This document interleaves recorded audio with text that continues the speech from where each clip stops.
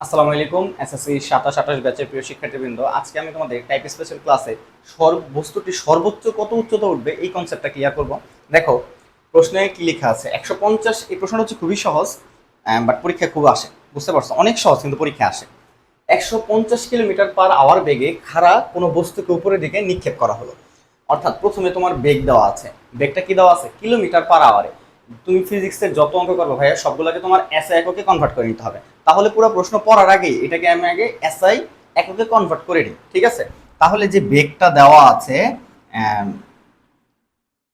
You আদি বেগে যদি নিক্ষেপ করো, লিখে 150 কিলোমিটার, না 150 কিলোমিটার।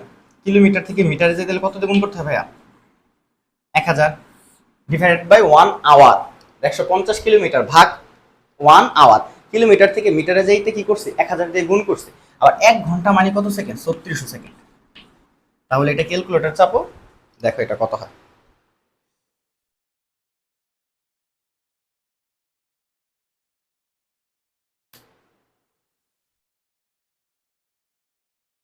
তাহলে আসছে ভাইয়া 41.67 এত মিটার পার সেকেন্ড। তার মানে ফার্স্ট এটাকে এসআইকে কনভার্ট করেছে। এখন বাকি প্রশ্ন হলো, বেগে খাড়া কোনো বস্তুকে উপরের দিকে নিক্ষেপ করা হলো।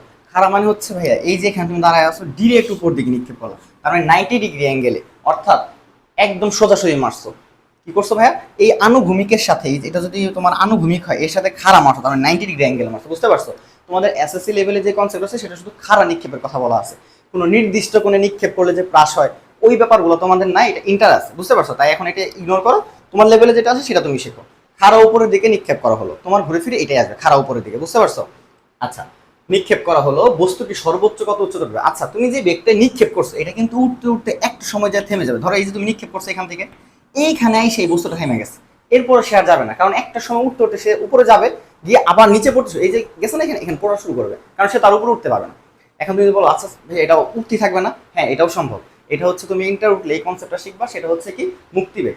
যদি তুমি কোনো বস্তুকে এমন বেগে নিক্ষেপ করতে পারো যে আর কোনো সময় পৃথিবীতে আসবে না, পৃথিবীর মায়া ত্যাগ করে চলে যাবে, সেটা হচ্ছে কি মুক্তি বেগে। যদি কোনো বস্তুকে নিক্ষেপ করতে পারো তাহলে সেটা আর পৃথিবীতে আসবে না। আর মুক্তি বেগের মান হচ্ছে 11.2 কিলোমিটার পার সেকেন্ড, ঠিক আছে? আচ্ছা, তাহলে আমরা ওইটা বাদ দিই। এখন একটা বস্তু সর্বোচ্চ একটা উচ্চতায় যায়, সে আর উঠতে পারবে, সে নেমে যাবে। তার মানে তুমি এই বস্তুটা ভূমি থেকে যদি উপরে উঠাইতে চাও একটা বেগে নিক্ষেপ করতে হবে। তার মানে তুমি 150 কিলোমিটার পার আওয়ার বেগে নিক্ষেপ করছো, যেটা মিটার পার সেকেন্ডে 41.67 হয়। তাহলে এটা হচ্ছে কি ভাই তোমার আদি বেগ। দেখো তো উঠতে উঠতে শেষ একটা সময় যাবো থেমা যাবে না, তখন তো উঠতে পারবে না। তাহলে ভি ইকুয়াল টু কত পাইছো ভাইয়া? 0। শেষ বেগটা কত পাইছো? 0। আচ্ছা, আর সর্বোচ্চ উচ্চতা তুমি বের করবা, খেয়াল করে দেখো তো এই সূত্রের সাথে মিলে যায় না? যেহেতু এটা নিক্ষিপ্ত বস্তু, তাহলে কি অভিকর্ষ ত্বরণের বিপরীতে কাজ করতেছে। তাহলে বিপরীতে কাজ করলে ভাই সূত্র কি হয়? ভি স্কয়ার ইকুয়াল টু হচ্ছে ইউ স্কয়ার মাইনাস 2gh। তাই তো? তুমি বের করবা কিসের মান? এইচ এর মান। তাহলে তুমি লিখতে পারো না 2gh ইকুয়াল টু, 2gh টা এই পাশে নিয়ে আসলাম, 2gh টা কোন পাশে নিয়ে আসলাম ভাইয়া? এই পাশে নিয়ে আসলাম। তাহলে কি হয় দেখো তো, ভি স্কয়ার ওই পাশে নিয়ে যাই, তাহলে ই স্কয়ার মাইনাস ভি স্কয়ার। কথাই বুঝতে পারছো? আচ্ছা, তাহলে এইচ ইকুয়াল টু কত হয় ভাইয়া?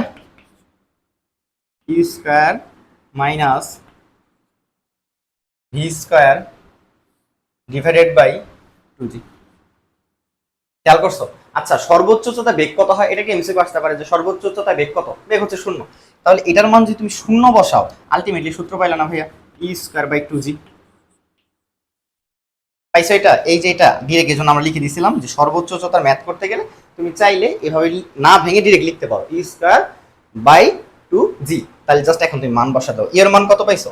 41.67 এতকে স্কয়ার ডিভাইড বাই 2g কত? 9.8।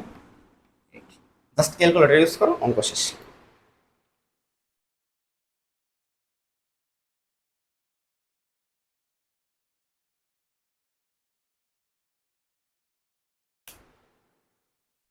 কত আসে ভাইয়া? 88.59 এত মিটার। অর্থাৎ তুমি যদি এত বেগে কোনো বস্তু খাড়া উপরের দিকে নিক্ষেপ করো, ও সর্বোচ্চ এত উচ্চতা উঠবে, উঠার পর সে উঠতে পারে, সে তখন আবার নিচে নামা শুরু করবে। আশা করি তোমরা সর্বোচ্চ উচ্চতার কনসেপ্টটা ভালো করে বুঝতে পারছো। দেখা হবে নেক্সট কোনো ভিডিওতে। আসসালামু আলাইকুম।